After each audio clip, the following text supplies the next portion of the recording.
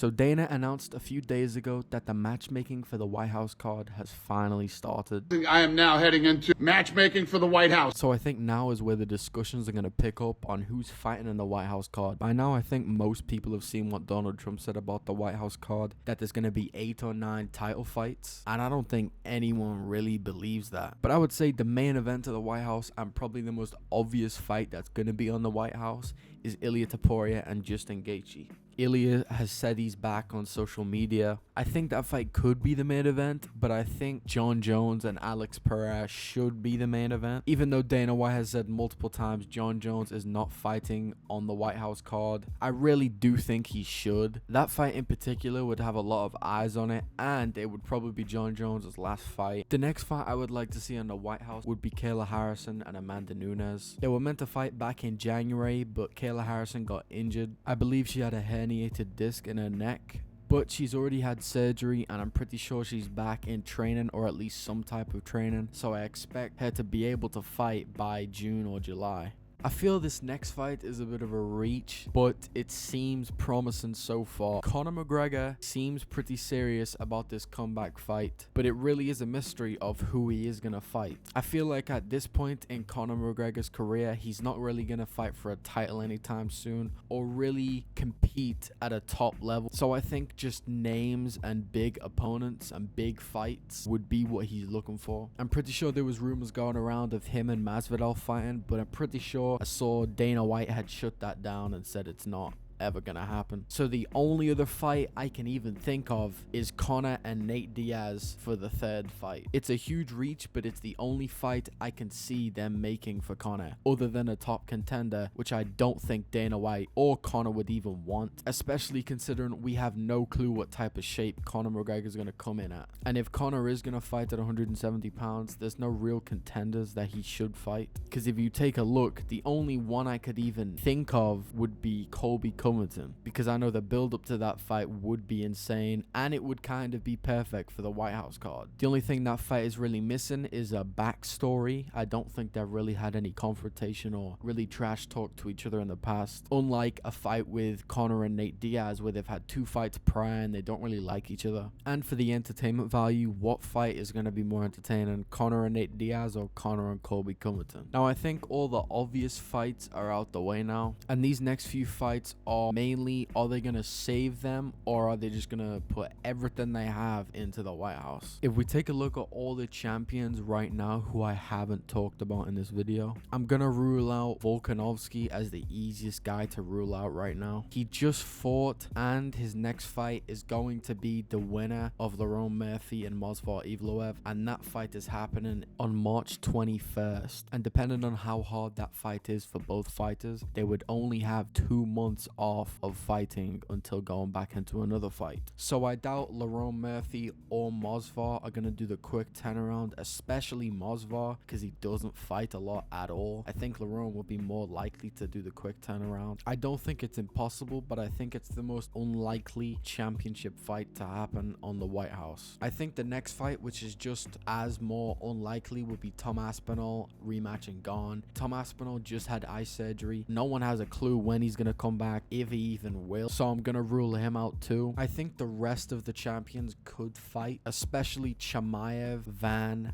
Shevchenko, and Mackenzie Dern, since they've all kind of had layoffs at this point. Joshua Van, not so much, but the fight was not even around, so he didn't take much damage. It all just depends on who the UFC wants to save for the other numbered events. Do they want to save Islam fighting someone on the same card of Shevchenko, or are they going to put them on the White House card and have Joshua Van and a Yan on the same card? I also think there's a clear number 1 contender in each division. Shevchenko should fight Silva, Mackenzie Dern should fight Wei Li, Joshua Van should fight Minnow Cap. Unless Pantoja is ready for a rematch, Yan should rematch Merab. Volk, winner of Evloev and Murphy. Islam should fight Ian Gary and not Usman. Chimaev should fight Imavov, and Tom should rematch Gane. Personally, I would not mind if they have Islam, Chimaev, and Shevchenko on the card and then save the rest of the champions for the later events. Now, I think the prelims of the White House card is just going to be stacked with top contenders fighting each other. I think they should do Sean O'Malley, Corey Sandhagen, Sean Brady coming back and fighting maybe a Buckley. Maybe Sean Strickland could fight on that card too. Colby Covington is more than likely going to fight on the card. Now, who do I think will win each of these fights? Starting with Ilia Topuria versus Justin Gaethje. I think this fight is most likely going to look two ways and they end with the same outcome. Justin will either try and pressure or he'll try and do the Tony Ferguson game plan and try and outpoint Ilia. And I think both of them end with him getting knocked out. He's obviously got a puncher's chance and a pretty good puncher's chance against Ilia, but I just don't think he has the skills and he's only getting older. He just got knocked out by Max Holloway 2 years ago. And even though he beat Paddy Pimblett, I really don't think he looked good in that fight at all. So my early prediction for the fight would be Ilia round 1 or round 2, TKO or KO. Now I think Jon Jones versus Alex Pereira is quite obvious. Obviously Alex has the power to put anyone out, but Jon Jones has the skill set to beat anyone and has shown it against everyone he's fought. And people forget Alex is a kickboxer still. He's only had a few years in wrestling and jiu-jitsu. Jon Jones has been wrestling since he was a teenager. He has out-wrestled everyone he's fought, including DC. So unless Alex could go in there and starch Jon Jones like he did Ankalaev in the rematch, I don't think he wins this fight. I think Jon Jones will probably get a round 2, maybe round 3 ground and pound or submission. Kayla Harrison versus Amanda Nunes, in my opinion, can only look two ways. Now, Kayla Harrison and Amanda Nunes could look easy both ways. I think Kayla Harrison could go into the fight,